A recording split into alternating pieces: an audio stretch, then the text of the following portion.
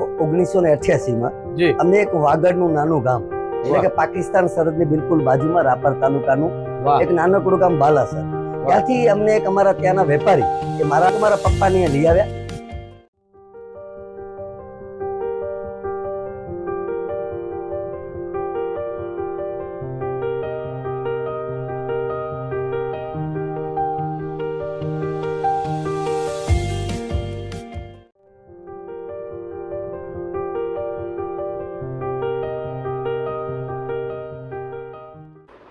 નમસ્કાર મિત્રો, મહાસાપરા ન્યૂઝમાં આપનું સ્વાગત છે. આપની સાથે હું જામ જયમલસિંહ જાડેજા. મિત્રો, અત્યારે તહેવારોની બજાર ખૂબ ગરમ છે અને વોકલ ફોર લોકલ અને જ્યારે વાત આપણે કરતા હોય વેપારની, ત્યારે મા ન્યૂઝે પણ આ જ સૂત્રને જે ખાસ કરીને કહી શકાય કે સરકાર ખૂબ ચિંતિત છે કે અત્યારે જે સ્થાનિક અર્થતંત્રને જો મજબૂત બનાવશો તો રાજ્ય મજબૂત બનશે, રાજ્ય મજબૂત બનશે તો આખો દેશ મજબૂત બનશે. તો પરોક્ષ રીતે મહાસાપુરા મા ન્યૂઝનો એક પ્રયત્ન છે કે વેપારીઓ સાથે વાત કરવી છે, એમની સંઘર્ષ ગાથાની વાત કરવી છે અને સાથે સાથે વોકલ ફોર લોકલ આ બેનર જે છે અમારું કોર્પોરેટ ટોક વિથ મા ન્યૂઝ. વાત જે છે વેપારીની છે, વાત છે વ્યવહારની છે. તો સૂત્ર જે છે વેપાર, વેપારી અને વ્યવહાર. તો તમને થોડુંક અલગ લાગશે કે પછી આ શબ્દ જે છે એ અલગ શું? આમ તો તમામ શબ્દો લગભગ પૂરક છે, પણ ના મિત્રો, આ શબ્દ પૂરક નથી. કારણ કે વેપારની વાત કરવી છે, વેપારીની વાત કરવી છે અને વ્યવહારની વાત કરવી છે. આપણા વડીલો કહેતા ને કે વ્યવહાર ચોખ્ખો રાખશો ને તો બધું જ ચોખ્ખું. તો વ્યવહાર તમને ઓનલાઈનમાં નહીં મળે. એક નાનો વેપારી જે છે, એક તમારી સાથે જે રોજ સંપર્કમાં આવતો વેપારી જે છે એ તમારા વ્યવહારને સમજી શકશે.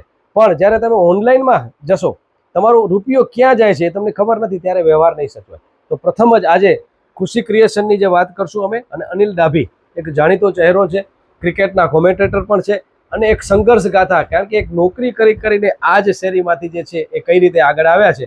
તો મળશું આપણે અનિલ ડાભીને. અનિલભાઈ, મા ન્યૂઝમાં આપનું સ્વાગત છે. અને અમારો જે ખાસ કાર્યક્રમ છે વેપાર, વેપારી અને વ્યવહાર, વાત કરવી છે આપણે અનિલ ડાભીના સંઘર્ષની. અને વાગડ એટલે વાગડ રહેશે આગળ, આ શબ્દ જે છે એ તમે જાણ્યું હશે કે નરેન્દ્રભાઈ મોદી જ્યારે આવ્યા કે વાગડ રહેશે આગળ, અને વાગડ ખરેખર અત્યારે આગળ જઈ રહ્યું છે. અને વાગડના લોકોને વેપાર શીખવાડવો ન પડે. પંકજભાઈ મહેતાને જ્યારે મળીએ ત્યારે એમ ચોક્કસ કહેવાય કે વાગડ ખરેખર અદ્ભુત છે. અને ઉहाँથી જ આવેલા માટીના જે છે એક યુવા વેપારી જે છે, કઈ રીતે સંઘર્ષ ગાથા થઈ? ભુજમાં ક્યારે આવ્યા? ભુજની વાત કરું તો 86-87 માં અમે ભુજ આવ્યા. મારા ફાધર, તમને જાણકાર નહીં અડધા માણસોને, કે ગોધરાવાડી ધર્મશાળા છે આપણા ભુજમાં, રેલવે સ્ટેશનની સામે ગોધરાવાડી ધર્મશાળા છે. ત્યાં મારા ફાધરે 150 રૂપિયામાં મંથલી એ નોકરી કરેલી ને ત્યારે હું 8મું ધોરણ ભણતો. અને હું પીસીવી મહેતા એટલે કે ભુજ રેલવે સ્ટેશન થી રહીને પીસીવી મહેતા, એ મારી દ્રષ્ટિએ ત્યારે 6 થી 7 કિલોમીટર થતું. ત્યારે ભૂકંપ પહેલાની ભુજની વાત કરીએ તો એ જે આપણે પગે જતા, આજના તમે છોકરાઓને કહેશો તો સાયકલ પણ નહીં ચલાવે, પણ બાઇક અથવા તો એક્ટિવા જ હશે. પરંતુ એમાંથી મેં 8, 9 ને 10 જે પીસીવી મહેતા, ભલે માણસોને અત્યારે પ્રાઇવેટ સ્કૂલ થઈ ગઈ છે, પરંતુ એ શિક્ષણ જે તે ટાઈમે અમને ત્યાંના શિક્ષકોએ આપ્યું. અને એમને એ શીખવાડ્યું કે તમે જીવનમાં ક્યારે પણ હાર ન માનજો. અને એ અત્યારે આટલા વર્ષો બાદ પણ મને યાદ લાગે છે કે જે મારા શિક્ષકો મને ભણાવ્યું એ મને આજે પણ યાદ છે કે એમને કીધું જિંદગીમાં ક્યારે હાર ન માનજો. અને 8, 9, 10 નો મારો અભ્યાસ પૂર્ણ થયો. 11, 12 મેં વીડીમાં કર્યા. અને 11, 12 જયારે 11મી ભણતો હતો ત્યારે મેં મારી જિંદગીની પહેલી નોકરી લુંગીનો જે ધંધો આપણા કચ્છમાં બહુ પ્રખ્યાત છે ને, આપણી કચ્છી જેને કહેવાય કે કચ્છી લુંગી બહુ જાણકાર છે. અને ત્યારે અંબિકા ટેક્સટાઇલ અને તેને બાટિક જેને કહેવાય, એ બાટિકમાં મને મંથલી પગાર 70 રૂપિયા મળતો. એનામાં ખાલી સ્ટીકર મારવાના, લાઈ આવતી. અત્યારે બધું 1 મહિનાના 70 રૂપિયા ને મારી જિંદગીની મેં પહેલી નોકરી કરેલી. અને ત્યારબાદ 11મું 12મું ભણતો હતો.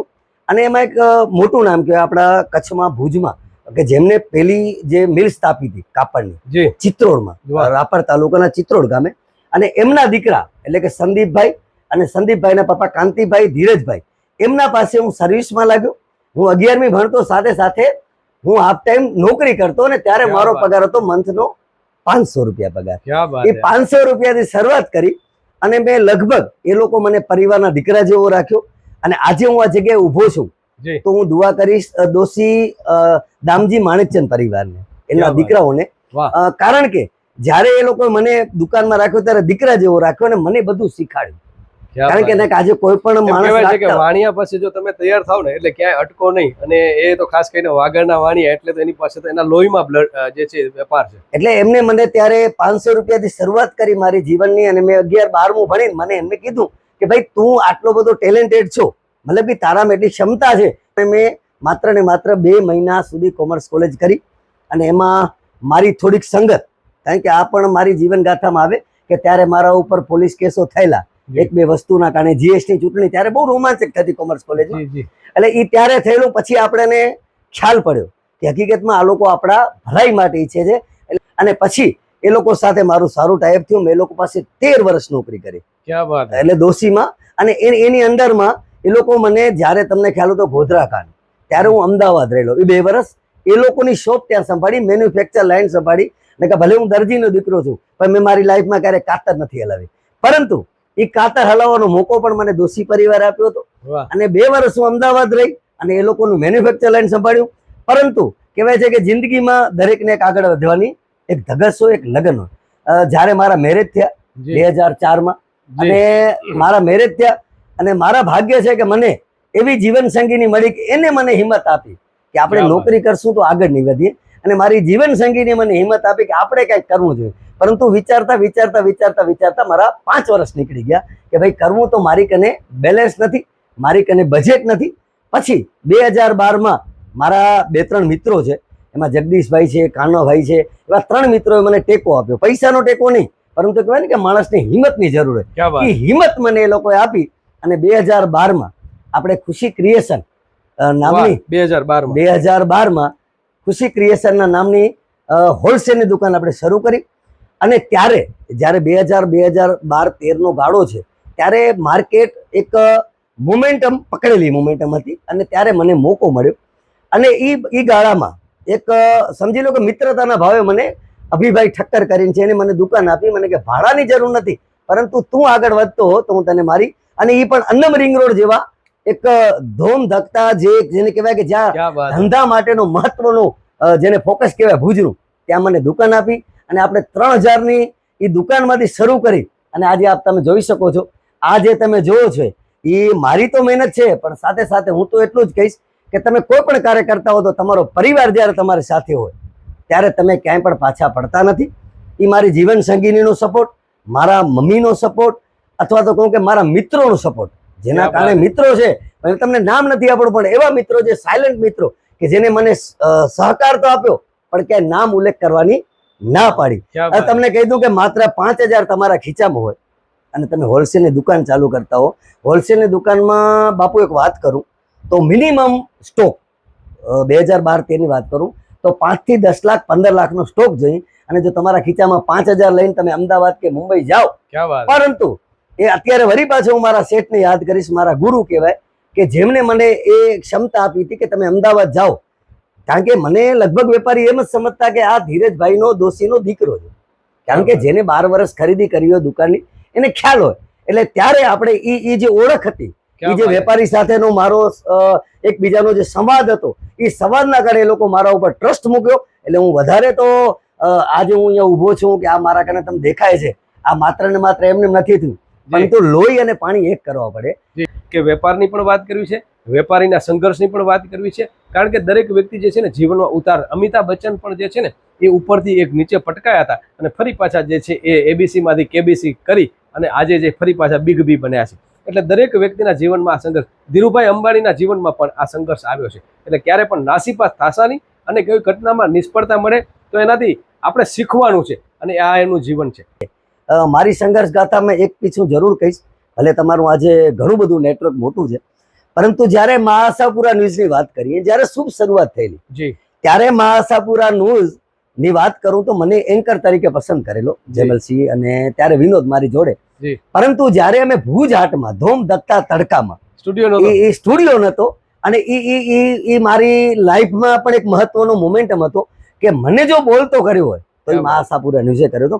કારણ કે ત્યારે એવું થતું કે ત્યારે અત્યારે જે માઇકની વ્યવસ્થા નથી, એટલે અવાજ ના આવે. હવે આપણે ત્યારે સીડીનો ત્યારે સમય હતો, સીડીનો, અત્યારે સોશિયલ મીડિયા નહોતી, ત્યારે સીડીનો સમય હતો. હવે અવાજ ના આવે ત્યારે વરી પાછા અમે ચોથા માળે ચડીને વરી પાછો રિપીટ ન્યૂઝ માટે અમે અવાજ આપીએ. અને ઈ સીડી ત્યારે જયમલસિંહ અને એક મને યાદ છે કે 2 વ્હીલર હતી, 4 વ્હીલર નથી, જી જી પણ એ સીડી તમારે બધી જગ્યાએ પહોંચાડતા.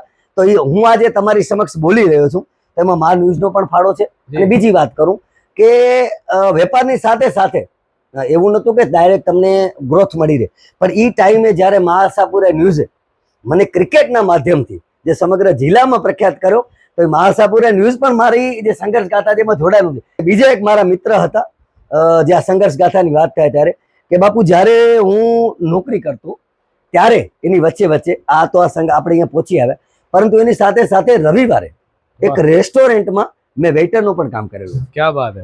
એનું કારણ છે કે પરિવારમાં જ્યારે દીકરી આવે ને ત્યારે બાપ સમજણો થઈ જાય. અને હું ભાગ્યશાળી છું કે મારા ઘરે પ્રથમ દીકરીનો જન્મ થયો અને એનું નામ ખુશી. અને એ આવ્યા પછી અમારે ઘરમાં હકીકતમાં ખુશી થઈ, અને ખુશી માટેનું એ બેલેન્સ સીટ ઊભી કરવી પડે. કારણ કે દીકરી વાગડવાળા બધા જાણે છે કે દીકરી આવે એટલે એના કરિયાવરની શરૂઆત જન્મે ત્યારથી થઈ.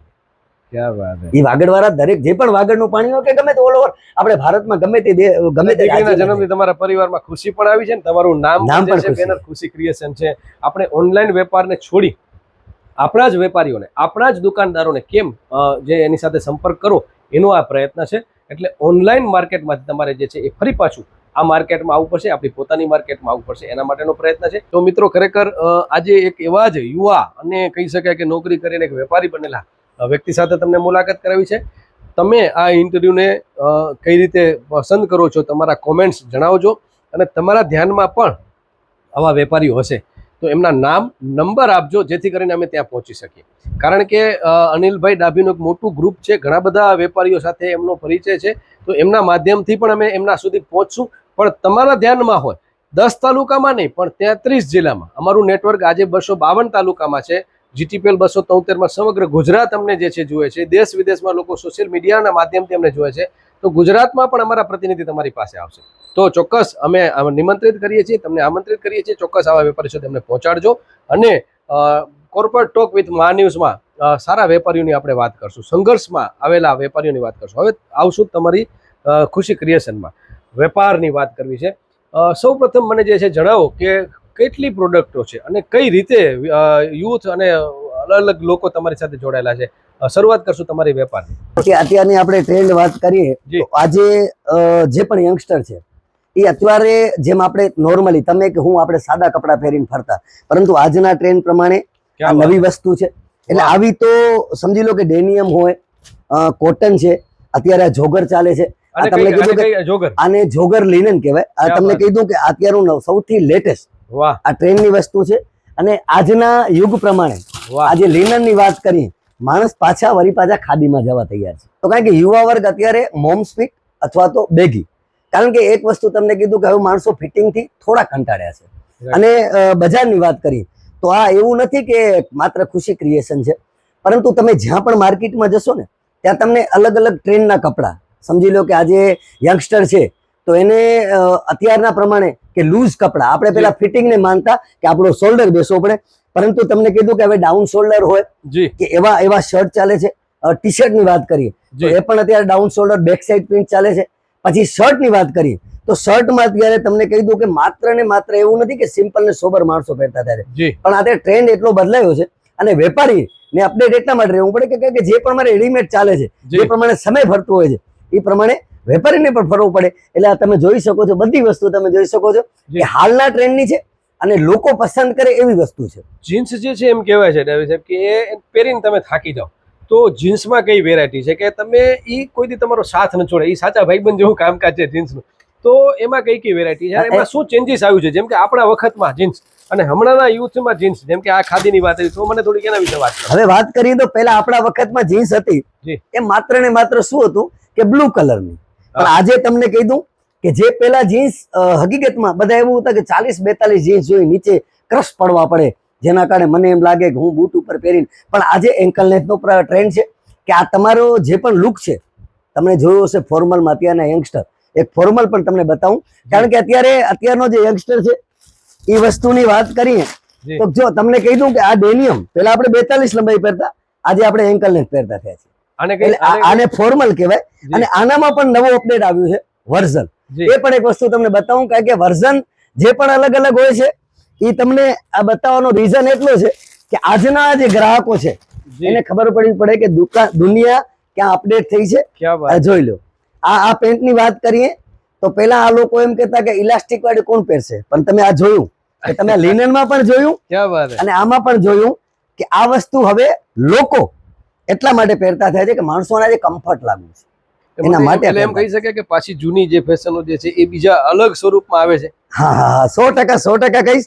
કારણ કે જે હું તમને બેગીની વાત કરું છું અથવા તો જે મોમ્સની વાત કરું છું, તમને કીધું કે જીતેન્દ્ર અને બચ્ચન જે બોલ બેટમ પેન્ટ પહેરતા એ ફરી પાછી આવી રહી રિપીટ છે અને આવી ગઈ છે અને ફેશન ક્યારે જૂની નથી થતી. હા, એટલે હું તમને શું કહું છું કે સમય ભલે બદલાતો હોય જી. પરંતુ જૂનો સમય જી. એ રિપીટ આવતો હોય છે અને આજના ટ્રેન્ડમાં પણ હવે ખાલી શું છે કે એનું સ્વરૂપ બદલાયું છે, બાકી હકીકતમાં વસ્તુ એ જ ચાલતી હોય છે, માત્ર સ્વરૂપ બદલાયું છે. જી મિત્રો, હવે આપણે આવશું ત્રીજા મુદ્દા ઉપર, જે વ્યવહાર.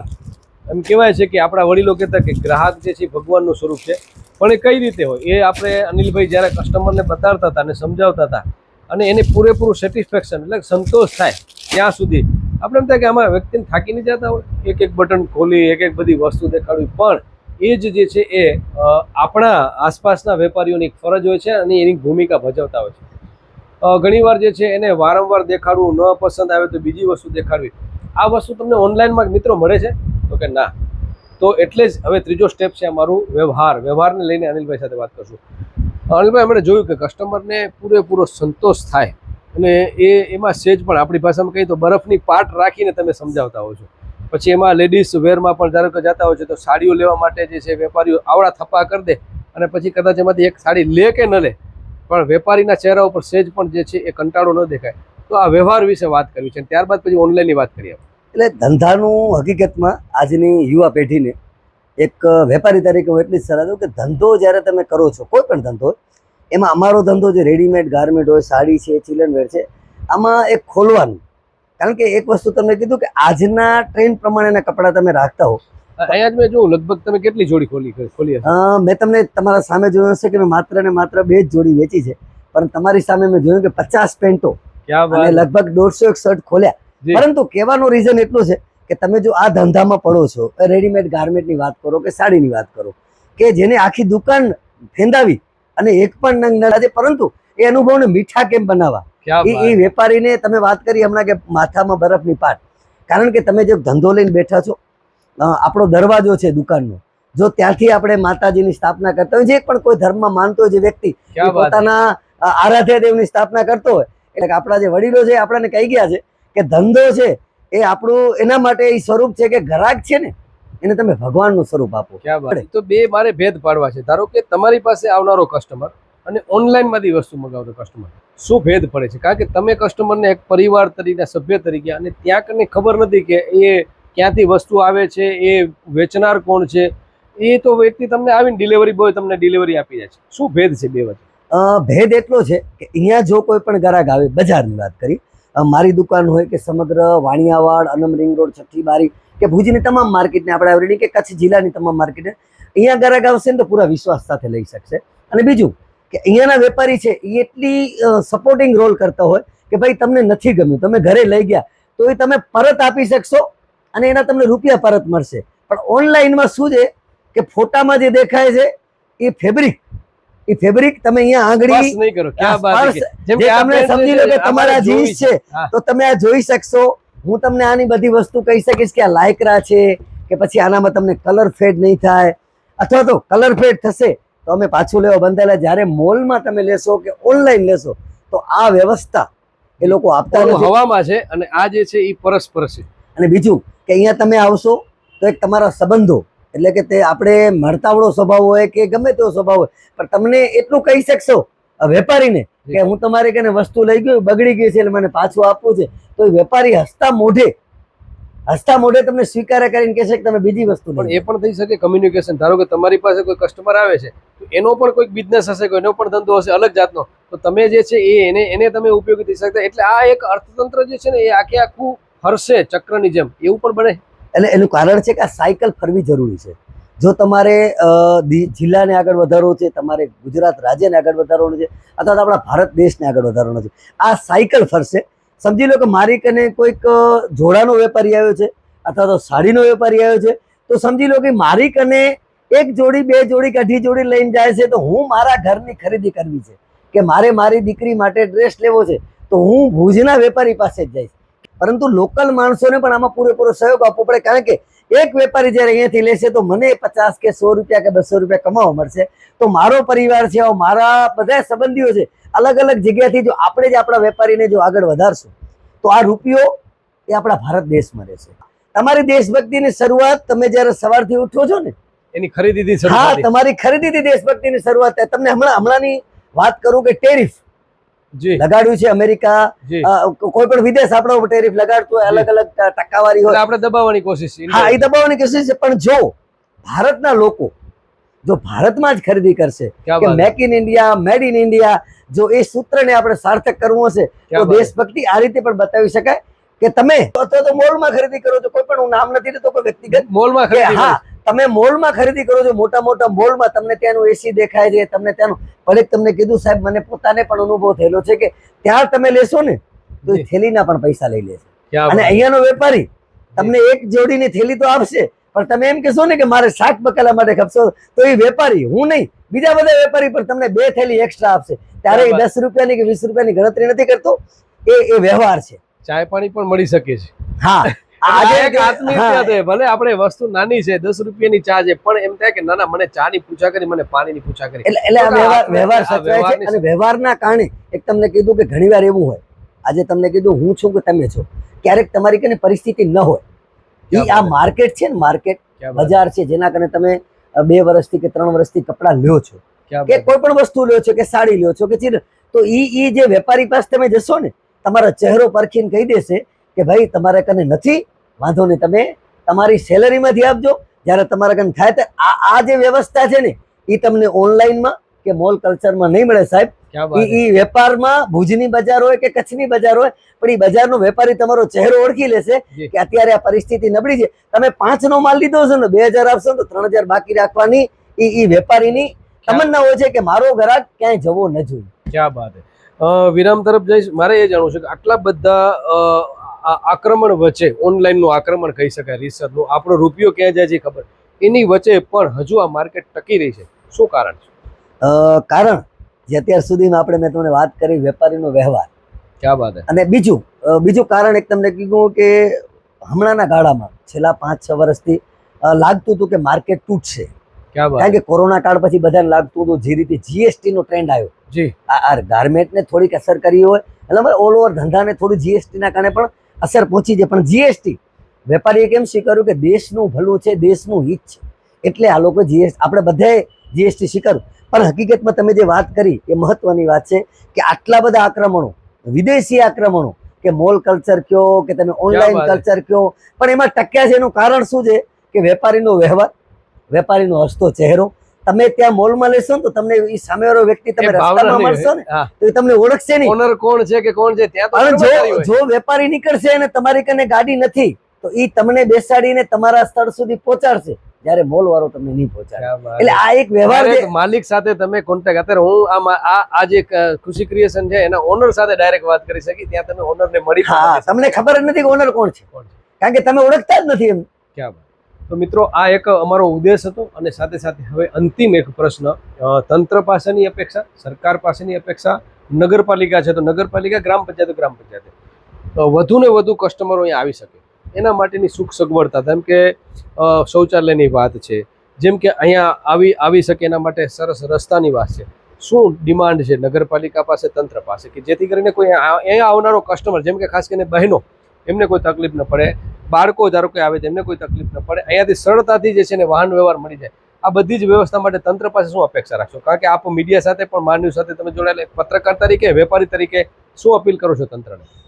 વાત કરીએ તો જે પ્રમાણે અત્યારે ભુજની પરિસ્થિતિ છે, નો ડાઉટ બજાર અહીંયા લગભગ 80-90 વર્ષથી આ કાર્યરત બજાર છે.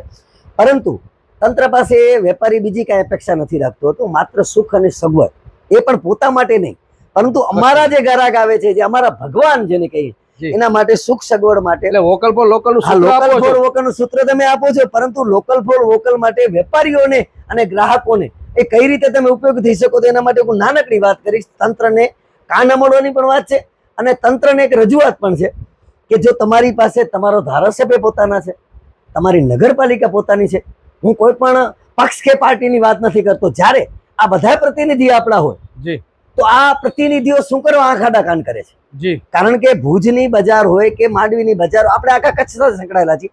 આ જ્યારે તમારે માર્કેટને, હકીકતમાં સરકારને આટલું જીએસટી, તમે હમણાં જોયું હશે કે કરોડોનો ફિગર આવે છે. જી જી જો તમને બધી રીતે વેપારી તમને ઉપયોગી થઈ શકતો હોય, નાના નાના વ્યવહારોમાં પણ વેપારી ઉપયોગી, પણ તમારી પાસે વેપારી માત્ર કેટલું માંગે છે? એક સારા રોડ રસ્તા આપો, વાહ એક પાર્કિંગ માટેની જગ્યાઓ આપો, જે પાર્કિંગના પ્લોટ હોય એને ખુલ્લા કરાવી આપો. અને બીજું કે અત્યારે જે પ્રમાણે સમય, પહેલા બજાર કેવી હતી, ભરોસાપાત્ર હતી કે ત્યાં કોઈ કેમેરાની જરૂર નથી, ક્યાં વાત પણ સમયને આધારિત હું એમ માનું છું કે ભુજની બજારને તો કેમેરાથી સુસજ્જ કરવી પડે.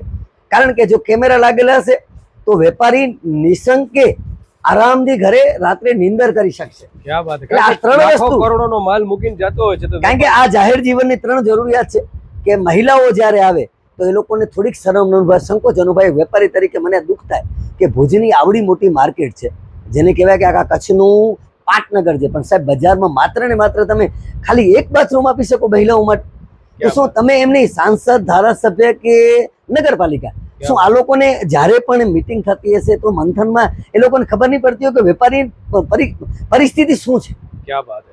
તો આ એક બહુ મહત્વનો એક મુદ્દો છે મિત્રો, કારણ કે સુરક્ષા એટલે કે સીસીટીવી કેમેરા એ બેઝિક નીડ છે, બેઝિક જે છે જરૂરિયાત છે.